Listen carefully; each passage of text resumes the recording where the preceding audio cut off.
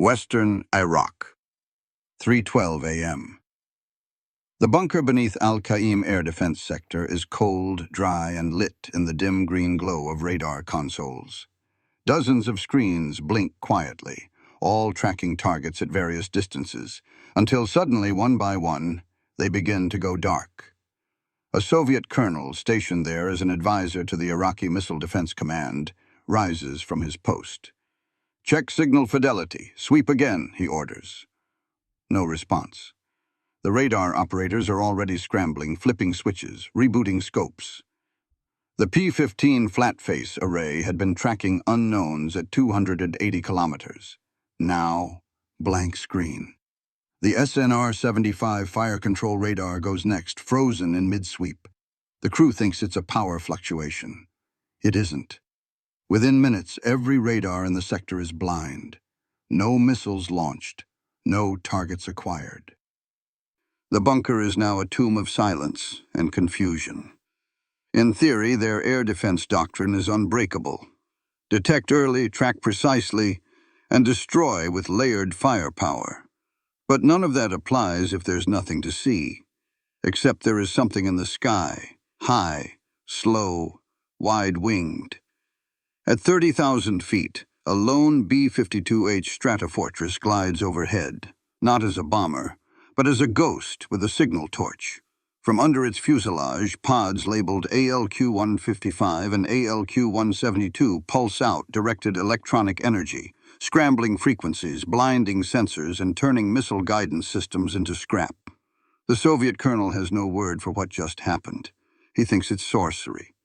That's what he tells his counterpart hours later. "We faced a bomber. That never bombed. It just erased us. No explosions, no missiles, no visible attack. Just a single American aircraft and a firepower division's worth of radars shut down as if someone flipped a switch." What the colonel doesn't know yet is this: the B-52 was never just a nuclear hammer. By 1991, it had evolved into a flying blackout machine, capable of jamming an entire missile division with electronic force alone. The sky is still. The radars are dead. The F-117s and F-15Es that follow are unopposed. And for Soviet air defense doctrine, this was the night it died. Not with fire, but with silence. For decades, Soviet planners believed in one absolute truth. Air defense was a numbers game. More radars, more missiles, more tracking stations. From the Arctic to the Persian Gulf, they built a doctrine around visibility. Detect early, strike fast, overwhelm. And central to this doctrine was a core assumption.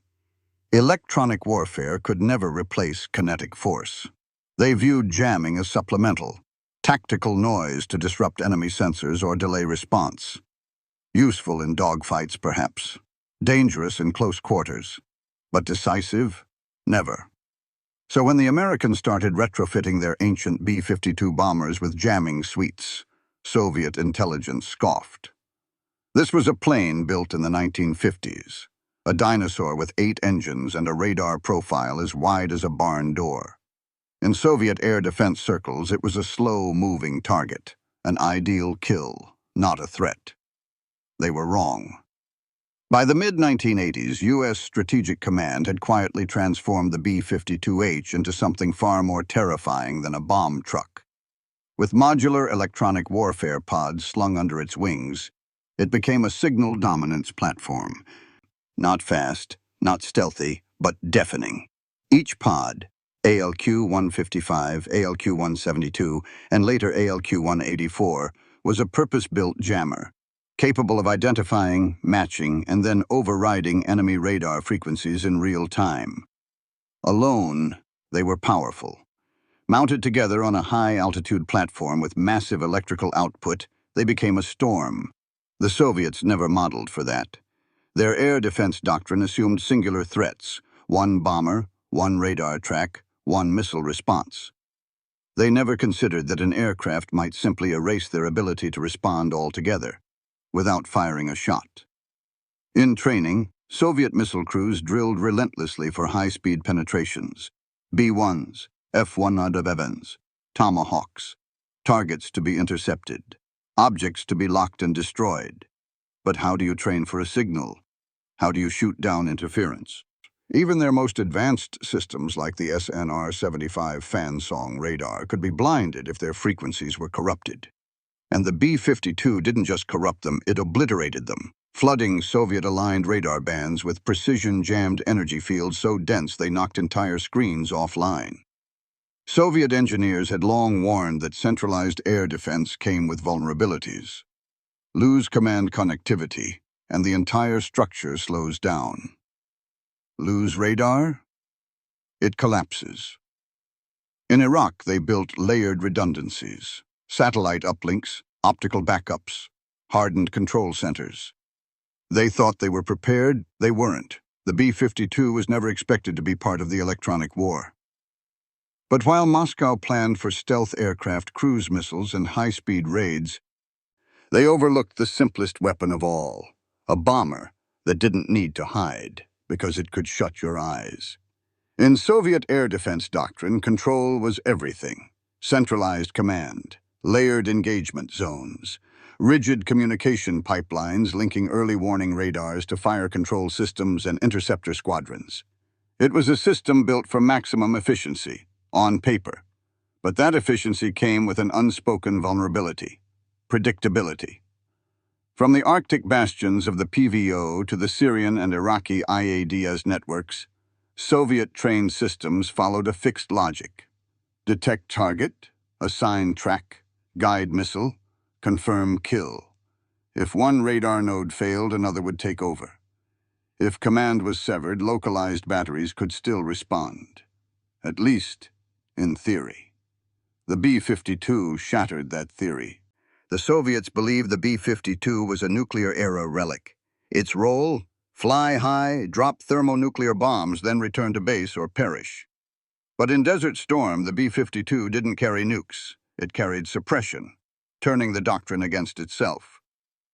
Here's how the system was supposed to work. At long range, surveillance radars like the P-12 and P-15 would spot incoming targets.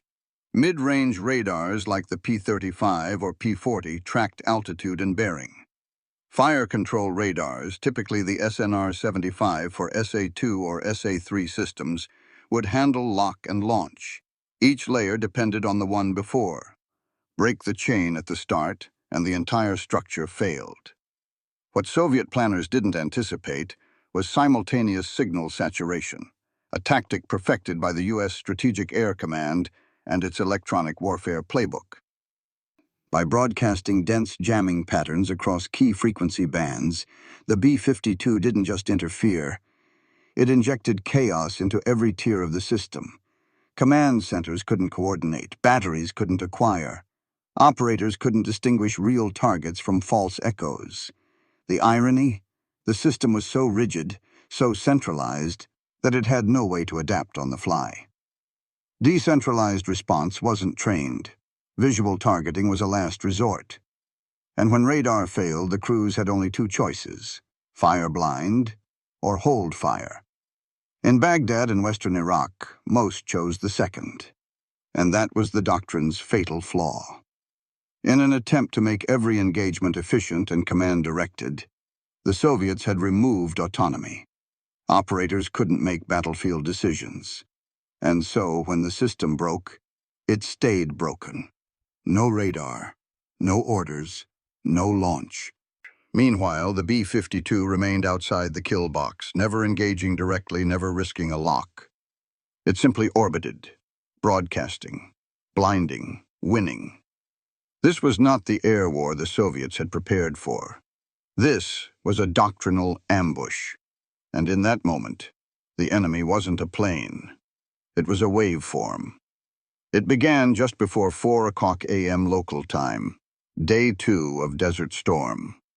In the vast deserts of western Iraq, at a site near Al-Walid, a Soviet-modeled missile battalion braced for the second night of bombing. The operators manned P-15 flat-face surveillance radars, scanning the black sky for the telltale blips of incoming aircraft. They found nothing. Then, the fire control crews tried to lock onto secondary zones, using the SNR-75 fan-song radar for target acquisition. Still nothing. It wasn't enemy stealth. Not this time. This wasn't an F-117 ghosting through radar cones. This was something different. The scopes froze. The sweep stopped moving. The radar consoles began to whine, a low synthetic tone that overwhelmed the standard signal. At first, they thought the equipment was failing, until a lieutenant noticed that the tone wasn't random. It was structured, a pulse, rhythmic, cyclic, changing just enough to stay ahead of the radar's automatic frequency hopping. It wasn't a glitch. It was a weapon. 3 radars, P-15, P-40, and SNR-75, went offline in under 10 minutes. Operators tried to manually adjust frequencies, bypass safety systems, switch to fallback circuits. Nothing worked. And from 30,000 feet, a single B-52 Stratofortress turned gently in the sky, never crossing into danger, never coming within range of a single surface-to-air missile. Its electronic warfare pods, specifically the ALQ-155 and ALQ-172, were cycling through a pre-programmed jamming matrix built months in advance. Each frequency burst was timed to flood known Iraqi radar channels, matching both surveillance and fire control systems. The radar crews below had no counter. They fired 2 missiles blindly based on last known vectors. The missiles soared upward and detonated in empty air. For the first time, Soviet advisors realized this wasn't isolated. The same event occurred 90 kilometers east, at the Rutba SAM complex. Same blackout, same radar tone, same useless missiles. Back at Sector Command, the Soviet colonel in charge was stunned. 3 radars, different models, different distances, all blind at the same time. That's not failure, that's coordination. The Americans hadn't jammed a target. They had jammed a system. Worse still, the jamming had come from a bomber, a slow, lumbering giant visible to any unaided eye, but invisible in the electromagnetic spectrum. For Soviet doctrine, it was an impossibility. A bomber was supposed to be vulnerable, slow-moving, dependent on escorts and air superiority. But here was a single B-52 holding an entire missile division in paralysis, alone. And that was just the beginning. Because this event wasn't just a tactical maneuver. It was a rehearsal, a proof of concept that would echo through every missile bunker from Iraq to Belarus. Their eyes could be shut, their guns silenced, not by bombs, but by a signal. The initial reports out of Iraq arrived in fragments. Radar losses, unexplained targeting failures, multiple missile batteries going blind in unison. At Soviet military headquarters in Moscow, the reaction was swift and dismissive. The first assessment? Operator error. Commanders argued that the Iraqi crews lacked discipline, that training had failed, that someone had simply mishandled frequency coordination. After all, these were complex systems, finicky, layered, temperamental. The idea that an entire division of Soviet-designed missile sites could be disabled by a single American bomber? Impossible. The official line from the General Staff's Electronic Warfare Division was blunt. Our systems are hardened against electromagnetic interference. These are battlefield anomalies, not doctrine failures. But privately, unease was growing. The data didn't support the excuses. Radar logs showed synchronized signal disruption across multiple bands, something no known ground phenomenon could cause. There were no signs of equipment damage, no electromagnetic pulse, no enemy aircraft spotted within engagement range. And yet, the Iraqi crews were reporting total blackout at the precise moment that B-52s were operating in the region. The Americans, it seemed, had done the unthinkable, not with new aircraft, not with secret satellites, but with a plane Moscow had tracked for 4 decades. The B-52 wasn't supposed to be relevant anymore. Its last nuclear confrontation had been theorized in the early 1980s. Soviet SAM operators trained on its radar signature as a textbook example. Big, slow, obvious. But the Americans hadn't retired it. They'd evolved it. And in doing so, they exposed a blind spot in Soviet military theory, the assumption that only new weapons posed new threats. Inside the GRU, signals analysts scrambled to reassess. How could a known platform, visible, well-mapped, technically outdated, suddenly become a systemic threat? A few analysts pointed to intelligence intercepts from the late 1980s, quiet upgrades to the B-52's defensive avionics suite, mentions of podded ECM systems, long-range jammers, multi-band signal disruptors. But these notes had been buried, dismissed as local upgrades, not strategic shifts. Now they were headline failures. Back in Iraq, Soviet advisors were demanding answers. Why had so many radars failed simultaneously? Why were missiles being launched into empty sky? Why were Iraqi gunners saying they could hear the jamming through their equipment? No one had answers. Just silence and static. The most disturbing realization wasn't that a B-52 could jam a radar. It was that Soviet systems couldn't stop it, because the moment they tried to track it, the tracking system died. And Moscow, for the first time, had to confront a brutal truth. In this new war, visibility didn't guarantee survival. Sometimes it guaranteed defeat. Confronted with a system-wide radar blackout and battlefield confusion, Soviet officers in Iraq and their counterparts in Moscow clung to their first rationalization. This had to be multiple aircraft. There was no other way, they argued, that so many frequencies, sites, and locations could be suppressed at once. The theory became official doctrine in the weeks following the first jamming reports. The Americans are deploying a fleet of electronic warfare aircraft in coordinated waves. It made sense on paper. The Soviet Union had long assumed the West would rely on specialized platforms like the EF-111 Raven or the EA-6B Prowler to conduct localized jamming. Multiple aircraft, each with narrowband focus, flying in tandem to knock out different parts of the radar spectrum. But the battlefield data told a different story. Surveillance intercepts, radio traffic, radar logs, and post-strike video revealed a chilling detail. In several regions, only one aircraft was operating in range, and every time it was the same one, a lone B-52H Stratofortress. The idea that one aircraft, especially a non-stealthy 200-ton bomber, could suppress not one, but multiple radar systems across tens of kilometers. It sounded like a fantasy, an exaggeration. But the signal analysis didn't lie. The jamming patterns weren't localized. They were blanket fields, wide-frequency signal floods that didn't just disrupt tracking but shut down guidance systems.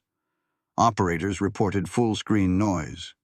Missile launch units couldn't maintain uplink. Range gates couldn't lock. Even visual targeting was impaired by electro-optical distortions in fire control networks. That kind of impact couldn't come from narrow-beam platforms. It came from omnidirectional power, from high-altitude, high-output pods, broadcasting with enough raw energy to fry decision-making capability itself. The jamming wasn't subtle. It was dominance. But Soviet officers refused to accept it. They dismissed B-52 involvement as incidental, blamed American satellite support or stealth aircraft manipulating frequencies from a distance. "A bomber doesn't do this," one colonel insisted. "A bomber bombs. This is something else." He wasn't wrong, just outdated. The B-52 had ceased being just a bomber years earlier. Outfitted with ALQ-155 and ALQ-172 pods, it became a force projection system, able to override entire electronic engagement zones with the push of a switch. The Soviet doctrine had no answer for this, and so the wrong theory persisted. They kept waiting for formations of jammers. They plotted for fleets of prowlers. They calibrated defenses to handle conventional saturation. But the truth kept slipping through. Because while they looked for many, the threat was always one. And while they prepared for attackers, they were undone by a signal, When the multiple aircraft theory collapsed, Soviet analysts turned to an even more desperate explanation: electronic sabotage from space. It wasn't entirely fantasy. By the early 1990s, U.S. satellite constellations were supporting GPS navigation, signal relays, and early warning functions. The Soviet Union had long suspected that America's reliance on space-based assets gave it asymmetric dominance. But now, with entire radar systems going blind in real time, and no visual or signal evidence of jamming aircraft nearby, the explanation mutated into paranoia. The Americans, some officers claimed, had hijacked the radar signals. There were whispers inside Soviet EW command. Perhaps the U.S. had developed backdoor access into French-made Thales components, integrated into some of Iraq's mixed-use radar systems. Or perhaps a new form of cyber interference, unknown and unnamed, was rerouting or rewriting signal protocols in flight. The conclusion? This isn't jamming. It's remote control. They envisioned American satellites sending focused pulses, seizing the control architecture of Iraqi SAM networks, altering waveforms or injecting false return signals to trigger misfires or confusion. None of this was supported by real evidence, but that didn't stop the panic. In Iraq, Soviet advisors instructed crews to power cycle radar systems more frequently, fearing they had been digitally infected. They imposed frequency hopping at unpredictable intervals. They restricted external comms from headquarters to prevent potential uplink corruption. Nothing worked. The jamming persisted, and every time the B-52 was there. And yet, because the aircraft wasn't within the envelope of their radar, they refused to acknowledge its role. Soviet advisors insisted that the B-52 was incapable of high-level electronic warfare. They pointed to the aircraft's age, its large RCS, its history as a nuclear bomber. "It's a bluff," one senior colonel said. "They are hiding the real asset behind this antique." But reality had already overtaken theory. The B-52 wasn't hiding anything. It was the platform, the emitter, the enabler, the spearhead of an entire new kind of war. The Americans weren't spoofing Iraqi systems through cyber hijacking. They weren't using secret satellites to reroute signals. They were doing something simpler and far more effective. They were jamming the very idea of centralized control. When Soviet-trained systems relied on perfect synchronization between radars, launchers, and command centers, a flood of tailored electromagnetic noise was enough to break the chain, not just technically, psychologically. Iraqi operators no longer trusted their scopes. Soviet advisors no longer trusted their doctrine. Radars were shut down preemptively out of fear they'd be targeted once activated. Missile crews refused to fire unless given visual confirmation, rendering them useless in night raids or poor weather. In effect, the Americans had achieved non-lethal suppression on a strategic scale, and all from an aircraft that Soviet manuals still labeled a legacy threat. The second wrong theory collapsed harder than the first, because when you believe the enemy must be using magic, but he's using hardware, the failure isn't just operational, it's ideological. In the halls of Soviet military intelligence, the post-strike reports from Iraq triggered a cascade of quiet panic. Not because something new had been used, but because something old had been completely misunderstood. The B-52 wasn't a secret weapon. It had been flying since Eisenhower was president. Its silhouette was infamous, its mission well known. Soviet radar crews had spent decades training to detect it at extreme ranges. It was the very symbol of U.S. nuclear reach. But what Soviet intelligence failed to track, what no report or threat matrix had properly accounted for, was how drastically the B-52's role had evolved in the last 10 years. While Moscow focused its surveillance on new stealth fighters, cruise missiles, and orbital platforms, the U.S. Air Force was re-engineering a Cold War relic into a signal dominance platform, and doing it in plain sight. Between 1985 and 1990, U.S. B-52H models were upgraded with the ALQ-155, ALQ-172, and later ALQ-184 jamming systems. These were not minor ECM pods. They were battlefield signal weapons. Each pod carried specialized emitter arrays designed to sweep through threat frequency bands, identify hostile radar pulses, and emit high-gain bursts tailored to deceive, jam, or override enemy systems. What's more, the B-52's sheer size gave it an advantage no fighter could match: power. Its onboard generators could support enormous electronic output, enough to flood dozens of radar channels simultaneously. Unlike nimble jammers that required speed or stealth to evade retaliation, the B-52 simply stayed outside threat zones and projected dominance at standoff range. Soviet intelligence missed the warning signs. They had dismissed US EW exercises as support tactics, not realizing that by 1991 the B-52 was being used to shape the battlefield itself. One declassified US planning memo from Strategic Air Command read, B-52 ECM assets shall be positioned to degrade or suppress known enemy radar networks in advance of strike packages. That wasn't escort jamming. That was area denial, achieved without a missile fired, without a target destroyed, just by making the enemy blind. Why did Soviet intelligence miss it? Part of the answer was institutional blindness. Their focus was on next-gen threats, stealth, lasers, space-based systems. A B-52 didn't fit the narrative of revolution. It was too old, too visible, too understood, so they wrote it off. And when Soviet-aligned radars in Iraq went dark one by one, they had no answer.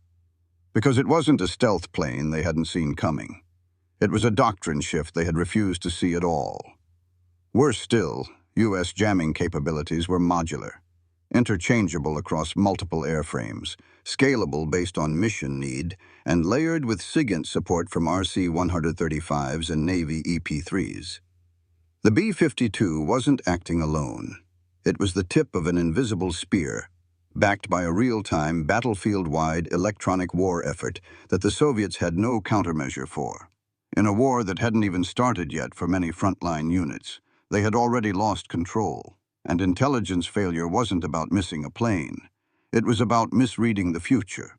The world saw the B-52 as a relic, but by 1991, the United States saw it as something far more powerful, a flying fulcrum, the keystone of a new kind of war.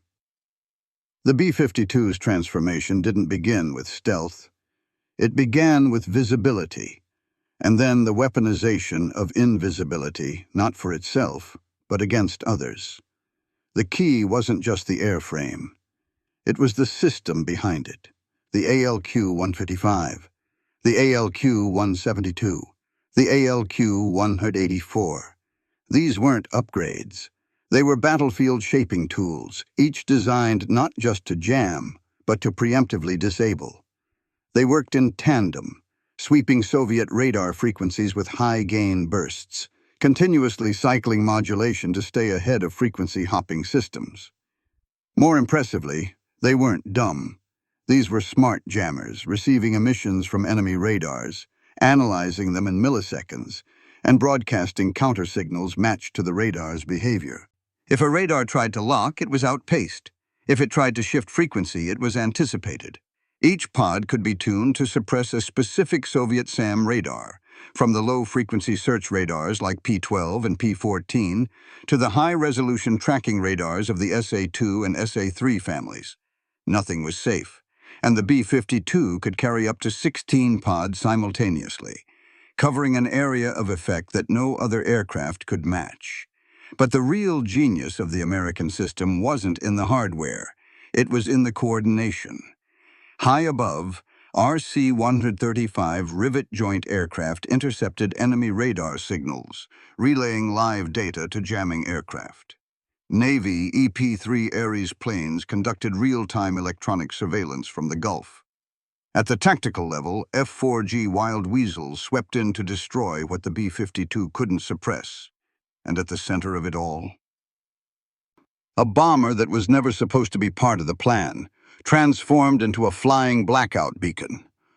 This wasn't close-in jamming like the EF-111. This wasn't escort suppression. This was area warfare, turning entire slices of the electromagnetic spectrum into dead zones hundreds of kilometers wide. Soviet-designed systems relied on timing, radar synchronization, and early tracking. But the moment a B-52 lit its jammers, Those layers collapsed. Operators couldn't talk. Radars couldn't see. Missiles couldn't lock. And the bombers didn't even need to attack. They cleared the skies for others. Behind the B-52s came F-15Es, F-111s, and F-117s, each depending on those blank zones to enter, strike, and leave unharmed. The air defense network didn't degrade. It ceased to exist. And what made the system so devastating wasn't its violence. It was its elegance. No explosion, no contact, just silence, where there should have been fire. A signal turned into a weapon turned into strategy, a strategy turned into dominance. And when the Soviets finally understood the scale of what had happened, it was no longer a tactical failure. It was a doctrinal obituary. It was one of the most lopsided air campaigns in modern history. In the western Iraqi desert, where Soviet advisors had spent months configuring multi-layered missile zones, the air was supposed to be lethal. P-12 radars were positioned to track from 250 kilometers. SA-2s and SA-3s waited in hardened shelters. Fire control teams had been drilled, Soviet style, to act fast and strike hard.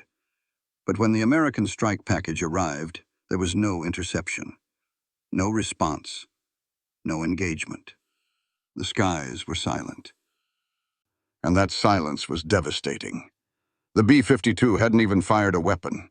It flew high above the kill zone, broadcasting signals so strong and coordinated that every radar in the sector blinked out.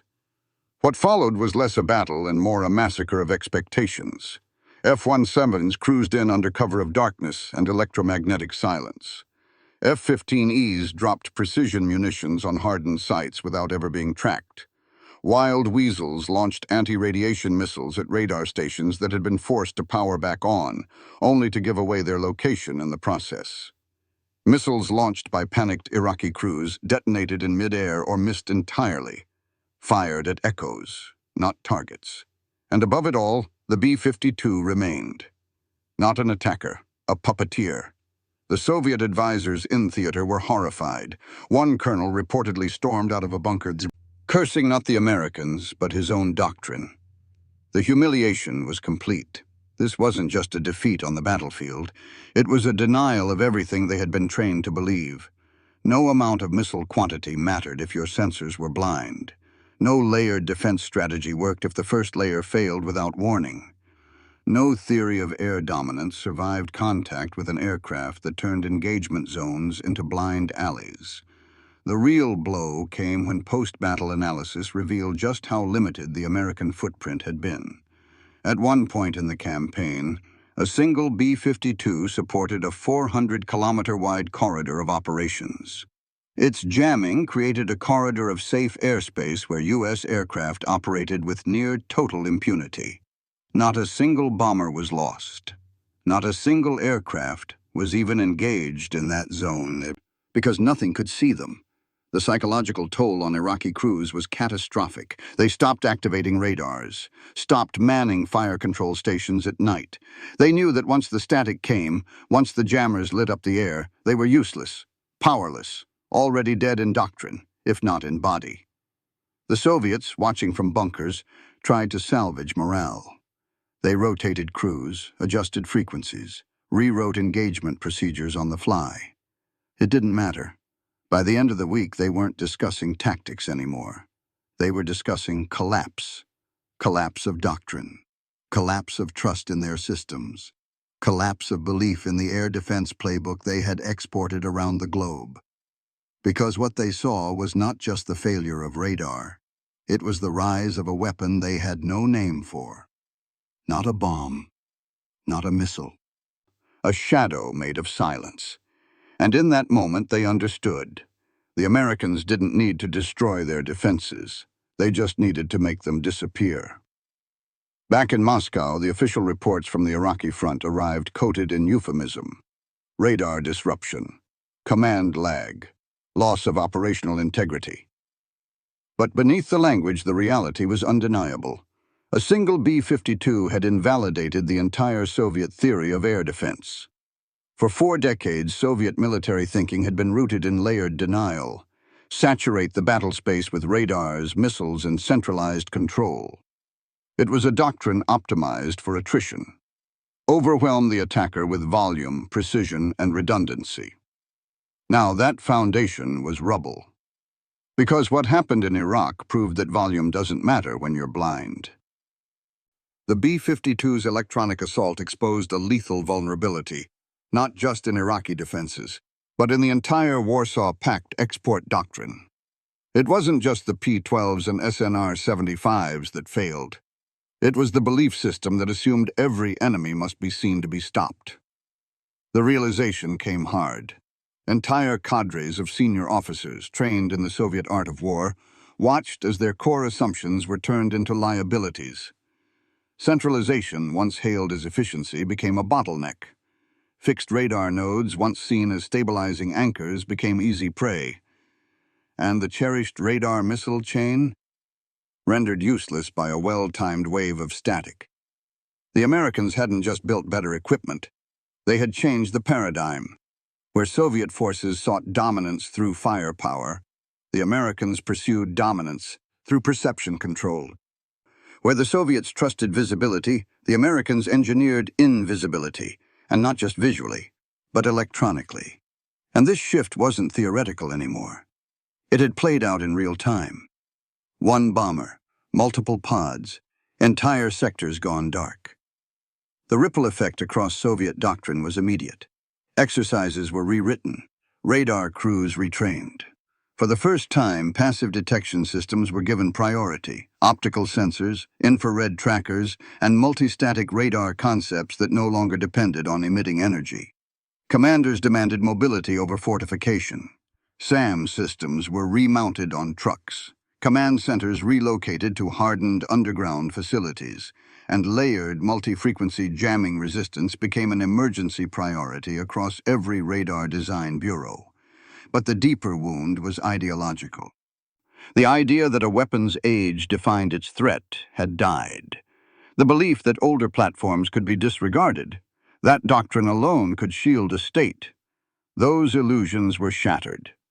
The B-52 wasn't just a bomber anymore. It was a symbol of strategic adaptation. A lesson in how an ancient tool, given the right upgrades and doctrine, could cripple a modern network built on assumptions. For every general who had dismissed electronic warfare as support, there was now a report proving that it could win without ever firing a shot. And for every radar operator who believed visibility meant security, there was now the memory of a black screen, and the knowledge that somewhere, far above, the enemy was watching and jamming. Today, the B-52 still flies. Long after the Cold War ended, long after the Soviet Union collapsed, this 1950s-era behemoth continues to patrol the skies, its engines thundering, its wing-mounted pods humming with silent fury. But its legacy is no longer just about nuclear deterrence. It is about the night everything changed. In Western military circles, the 1991 Gulf War is remembered as a demonstration of precision weapons, stealth technology, and rapid domination. But for those trained under Soviet doctrine, it's remembered for something else. The moment an entire missile division vanished from the fight, not by destruction but by disconnection. And the cause? One aircraft, high above, never dropping a bomb, just flooding the spectrum with controlled chaos. The B-52 became something different that night. Not just a bomber, not just a symbol, but a weapon of strategic silence. And that silence echoed into the textbooks of radar academies from Minsk to Beijing, into NATO planning rooms where jamming became a pillar, not a support beam, into every doctrine rewrite that followed, where electromagnetic spectrum dominance replaced the old ideas of mass and speed. The Soviets had always feared the B-52 as a nuclear threat. What they never expected was that its most dangerous payload would be nothing at all, just energy, just interference, just the void where vision should be. And it wasn't just Iraq. In every exercise since, from the Baltic to the South China Sea, The presence of a B-52 triggers an immediate shift in electronic posture, because today's military planners, regardless of allegiance, know what that silhouette means. It means the sky is no longer theirs. It means their systems might go dark. It means that somewhere above, the ghost of a bomber is writing new rules in the language of silence.